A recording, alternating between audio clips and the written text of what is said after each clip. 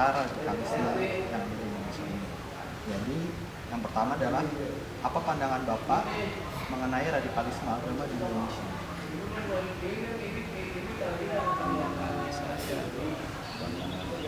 Pandangan Bapak di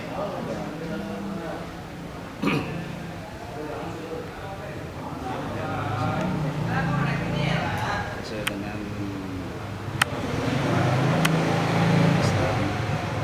dalam agama ini ya dikenal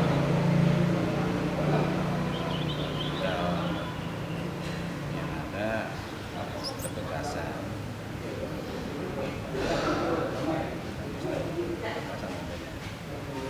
seperti ada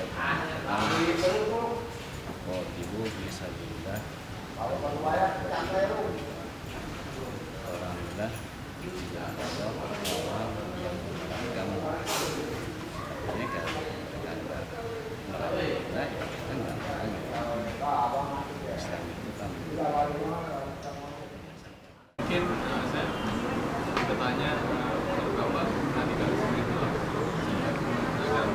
Radikalisme itu kita lihat dulu kata dasarnya dari radik ya, akar. Jadi sebuah organisasi harus radikal, harus berakar ya. Jadi, kalau organisasi tidak berakar, tidak adanya suatu komitmen dalam diri, tidak kita militan melakukan organisasi. Tapi radikalisme ada alirannya, itu yang lain itu. Nah radikalisme kan ada aliran ya, ada ismenya. Nah ismenya mana ini? Kalau ismenya dibawa ke positif, bagus dia. Nah sekarang kita membuat suatu organisasi. Kalau tidak berakar Anda membuat organisasi itu, di dalam organisasi itu tidak jalan organisasi itu. Ini saya dapat juga dari pada saat saya memberikan masukan di FKUB, Forum Kerukunan Umat Beragama di Ancol, dihadiri oleh semua tokoh FKUB seluruh Indonesia. Nah, ada seorang yang mengungkapkan demikian, radikalisme itu dibutuhkan. Ya, kalau tidak berakar orang di dalam organisasi. Ya, paham nggak? Kan kita komit gitu ya. Jadi berakar dulu apa fungsinya, tujuannya, visinya itu terus berakar, paham. Nah sekarang ismenya ini yang penting. Ismenya kemana dia? Apa visinya? Kalau visinya tadi itu visi agama, jelas. Apa itu agama? Agama itu A dan agama. A itu tidak, agama itu kekacauan. Jadi tidak melakukan kekacauan itulah agama. Jadi kalau misalnya radikalisme dibilang agama yang tidak melakukan kekacauan, bagus tak? Bagus. Di sana dibuatnya. Jadi kita jangan berpaham radikalisme itu jelek. Tadi itu akar, ismenya ini yang dilihat dulu. Radikalisme agama jelas, Katolik apa? Harus dia radikal. Kalau tidak, bagaimana kita bisa si pastor memberikan wejangan dalam misa terus ya. Jadi kan Islam, Islam, Kristen, Islam, udah paling demikian ya. Jadi nanti di sini kita bisa ramu agama-agama. Sebelumnya kalau di Sudan kan Ya, Bapak aja. Oh, Bapak aja. Oh, Pak. Saya belum dibaptis jadi pendeta. Dosen juga, saya dosen di Masyarakat Ilmu Sakti, saya juga dosen di Sekolah Tinggi Pajak Indonesia di Matraman. Terus kalau menurut Bapak kalau radikalisme di Indonesia itu pandangan apa? Jadi begini, radikalisme di Indonesia itu kalau dilakukan oleh yang keliru, tidak sesuai dengan ajaran agama, tidak cocok. Makanya radikalisme itu harusnya sesuai dengan ajaran agama. Makanya dikatakan pluralisme tadi. Dikatakan pluralisme adalah mereka melaksanakan ajaran agamanya dengan benar. Agamamu, dia lakukan dengan benar, maka dia akan memiliki suatu kekuatan yang sangat tinggi tadi akhirnya tidak bisa ditembus oleh yang radikalisme Sekarang ini dari Buddha, dari Islam melakukan ajaran agama yang benar, sholatnya benar, ya ini benar. Jadi orang yang masuk radikalisme negatif itu mesti hilang, kalah dia, karena kita sudah kuat. Nah sekarang caranya gimana supaya radikalisme yang negatif hilang? Itu adalah melakukan ajaran agama yang benar. Itu aja.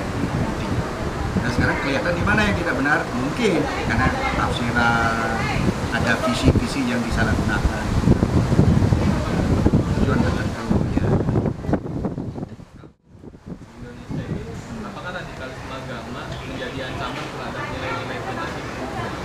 kalau bisa dikatakan ancaman, dia ancaman, ya, karena Pancasila itu kan way of life, ya, dasar negara.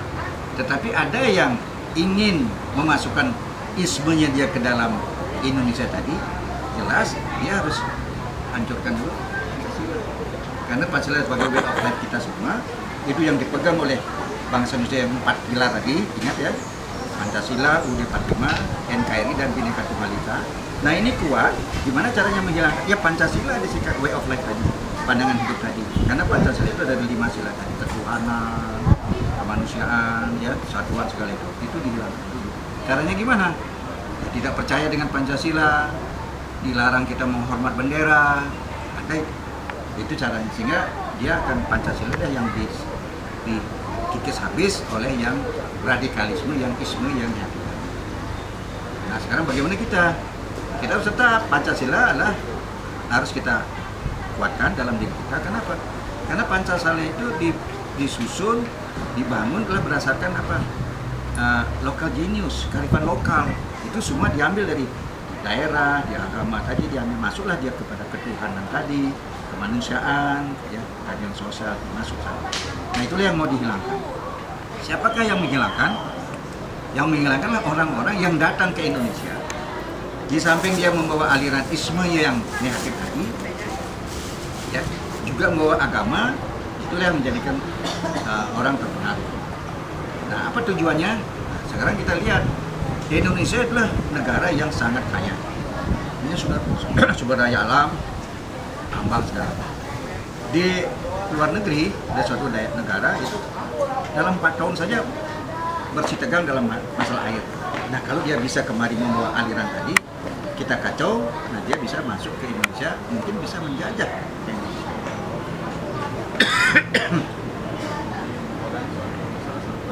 Ancaman sangat besar ancamannya, ya.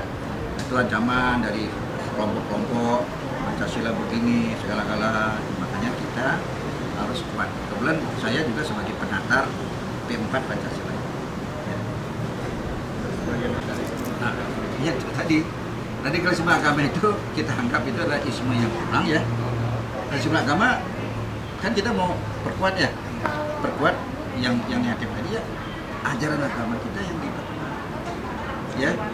Jadi kita sendiri, ya, misalnya sekarang yang Muslim, ya, karena saya juga ada ya Muslim, yang Buddha, yang Kristen, Katolik, kan ada pelajaran agama, ya, di rumah oleh orang tua, dididik budi pekerti, sudah demikian disekolahkan ke pesantren, sekolahkan kepada ke masjid, atau sekolahkan minggu, ya, ditingkatkan, ya, pelajaran agama di sekolah atau juga di gereja itu ditingkatkan. Nah, itu sebetulnya si murid tadi yang masih muda tadi bisa belajar agama. Nah si bapak mengajarkan anak-anaknya agama tadi. Kalau tidak kuat bapak tadi misalnya belum memiliki ilmu, ya sekolahkan. Jadi melalui pelajaran. Nah sekarang siapa yang salah kalau misalnya agama tidak kuat? Ya tokoh agama. Tokoh agama juga perlu meningkatkan dirinya, kualitasnya untuk mau mengajarkan umat masing-masing umat. Seperti saya sebagai ketua Pasaraman sekolah minggu, karena di sekolah kami di sekolah formal itu tidak ada guru agama, maka kami sekolahkan di kuliah kayak model Buddha juga, Kristen kan ada di sekolah minggu. Di sana kita ajarkan tentang karakter building, tentang apa agama yang kami berikan adalah ini Vasudaya Kutumbakam, Vasudewa Kutumbakam, ya. Vasudewa Kutumbakam itu artinya apa? Bahwa semua umat manusia adalah makhluk Tuhan, adalah bersaudara. Jadi Buddha, Kristen, Islam bersaudara karena kita makhluk Tuhan. Nah kalau sudah demikian tidak ada perang, tidak ada kekerasan dari kita karena kita bersaudara. Nah, tapi dalam hal akidah kita beda, ya, religinya beda. Yang satu ke masjid, yang satu ke pura, beda. Yang bawa bukunya beda, tetapi satu kepada Esa Tuhan yang Maha Esa. Cuma sebutannya. Yang kedua, orang Hindu itu supaya kita mendangkal radikalisme, nanti Anda analogkan ke ajaran agama itu namanya Trikaya Parisuddhi. Trikaya Parisuddhi. Ada 3 langkah yang benar. Itu adalah berpikir yang benar, berbicara dan berbuat yang benar. Jadi waktu Andri siapa Andri? Andri yang nelfon. Waktu nelfon, pikiran udah jalan. bahwa dari BINUS ini ingin melakukan suatu pencerahan, mendapat pencerahan itu pikiran. Jadi pikiran yang benar, oh ya saya siap, kapan maunya kan? Jadi pikiran. Ucapan saya ini masih bisa ya orang lembek dibandingkan karena pahamnya. Nah, orang yang ngerti paham yang dia paham ini siapa? Nanti ya ajaklah ngomong ke ulama, kiai. Sebenarnya mungkin dia ada satu pemahaman begini. Sebenarnya gimana sih?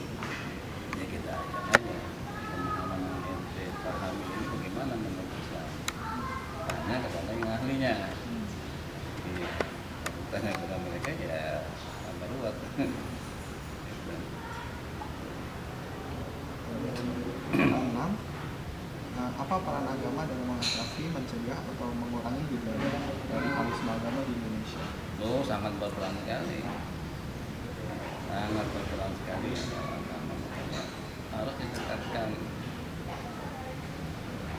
anak-anak itu kepada keagamaan. Sekarang lihat pendidikan kita ya di SMA. Karena kemarin mata pelajaran agama.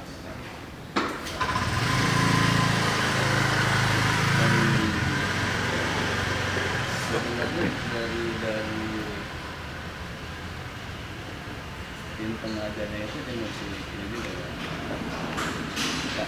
Yang tadi saya bilang unsur keagamaan supaya diikut sertakan dalam kegiatan menyampaikan materi-materi yang disampaikan.